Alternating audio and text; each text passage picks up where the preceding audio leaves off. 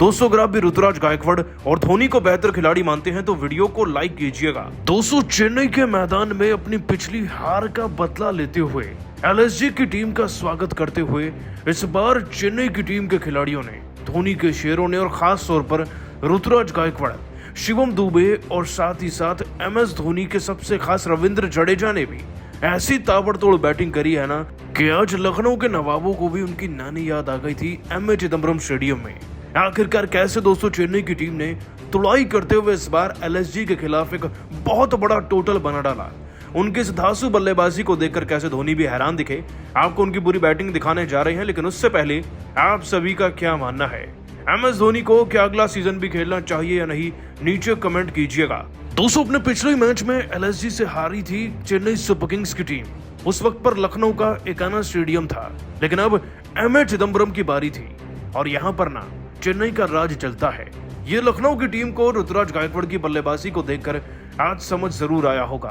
KL Rahul ने दोस्तों यहाँ भी प्रैक्टिस बहुत की होगी, वो यहीं के खिलाड़ी हैं। वो चुनते हैं अपनी टीम के लिए पहले गेंदबाजी और शुरुआत इतनी अच्छी कि पहले ही ओवर में अजिंक्य रहाणे मैट हेनरी की गेंद पर 1 रन पर आउट हो जाते हैं। और इतना ही नहीं, डेरिल मिशेल भी 11 रन पर निपट गए थे।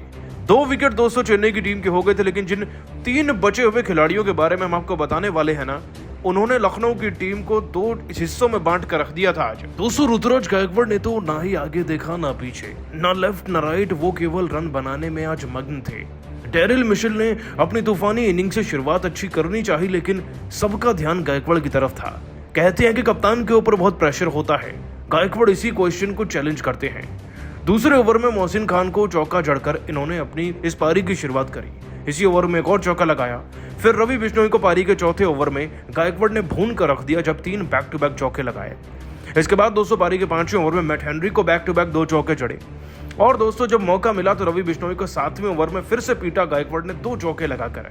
इस बीच दोस्तों डेरिल मिशेल, रविंद्र जडेजा, दुबे, हर कोई उनका साथ दे रहा था, लेकिन गायकवाड़ ने अपना 50 पूरा किया 1 रन लेने के बाद पारी के 9वें ओवर में। दोस्तों गायकवाड़ केवल यही नहीं रुके, वो इस पार्टनरशिप, इस पारी को हर किसी के साथ कंटिन्यू करते चले गए।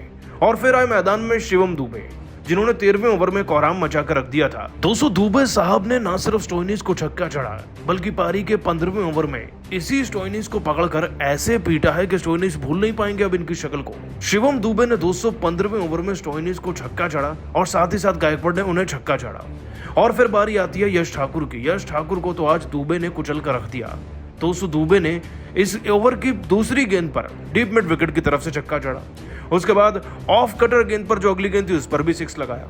उसके बाद दोस्तों इस ओवर की चौथी गेंद पर भी छक्का चढ़ा लॉन्ग ऑन की तरफ से।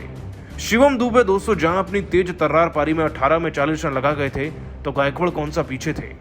56 गेंदों के अंदर दोस्तों गायकवाड़ ने अपना शतक पूरा कर लिया। जी हाँ, चेन्नई के लिए 2-2 शतक हो गए हैं। इनके इकलौते ऐसे कप्तान है चेन्नई के जिन्होंने एक कारनामा किया। 57 गेंदों में 12 चौके 3 छक्के लगाकर 107 रन की इनिंग खेली, जिससे कि टीम का स्कोर 180 के पार पहुंचा। बीच में जड्डू ने भी 16 रन की तूफानी पारी खेली थी दोस्तों, लेकिन आज ऋतुराज गायकवाड़ की बल्लेबाजी कुछ ऐसी थी कि धोनी भी इनके मुरीद हो गए और खड़े होकर ना ड्रेसिंग रूम में इनके लिए तालियां बजाते हुए नजर आए। और आगे चलकर दोस्तों इसी ऋतुराज गायकवाड़ ने ना अपनी टीम के स्कोर को 200 के पार भी पहुंचाया। वाकई में गायकवाड़ तो कमाल है, एक कमाल खिलाड़ी भी और उतने ही कमाल कप्तान भी हैं। वैसे आप सभी उनके शतक को और मार्कस स्टोइनिस के खिलाफ दुबे के छक्कों को भी 10 में से कितने नंबर देंगे, नीचे कमेंट कर बताइएगा और सब्सक्राइब कीजिए हमारे YouTube चैनल को। धन्यवाद।